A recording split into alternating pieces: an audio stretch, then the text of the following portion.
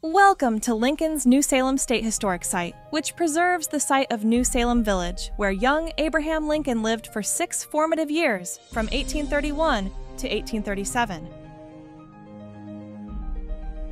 Platted in 1829, the town existed for about 12 years before being abandoned and left to pasture.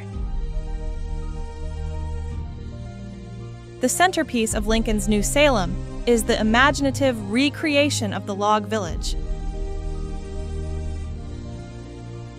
Built in the 1930s and 1940s as a civilian Conservation Corps program, the village features 23 historically furnished buildings, including several homes, stores, and tradesmen's shops, as well as a tavern, school, wool carding mill, and a saw and grist mill.